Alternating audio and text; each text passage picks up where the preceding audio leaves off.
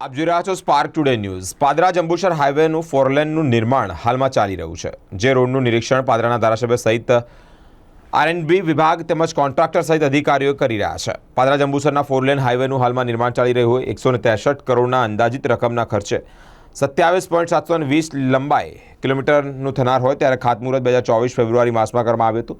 હાલમાં રોડનું કામ પૂરજોશમાં અને પ્રગતિમાં ચાલી રહ્યું છે ત્યારે ધારાસભ્ય ચૈતન્યસિંહ ઝાલા દ્વારા રોડના કામનું નિરીક્ષણ કરવામાં આવ્યું હતું। આરએનબી વિભાગના અધિકારી તેમજ કોન્ટ્રાક્ટર હાજર રહી અને આ કામ જે છે તે પ્રગતિમાં થઈ રહ્યું છે।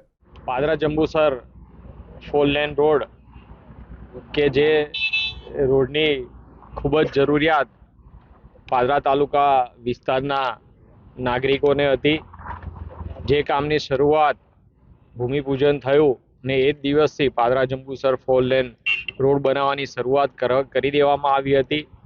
આજ રોજ આ રોડનું નિરીક્ષણ એ આરએનબી અધિકારીશ્રીઓ, કોન્ટ્રાક્ટર અને મારા દ્વારા એનું નિરીક્ષણ કરવામાં આવેલું છે। રોડ એ સમયસર બનીને તૈયાર થઈ જાય અને પાદરા વિધાનસભાના નાગરિકોને તેની ભેટ મળે તે માટે આરએનબી અધિકારીશ્રીઓ, કોન્ટ્રાક્ટર શ્રી સતત તેની પર કામગીરી પર નજર રાખી રહ્યા છે। તેનું નિરીક્ષણ કરવા માટે આજે હું આવેલો છું અને કામગીરી ખૂબ જ સારી ચાલી રહી છે।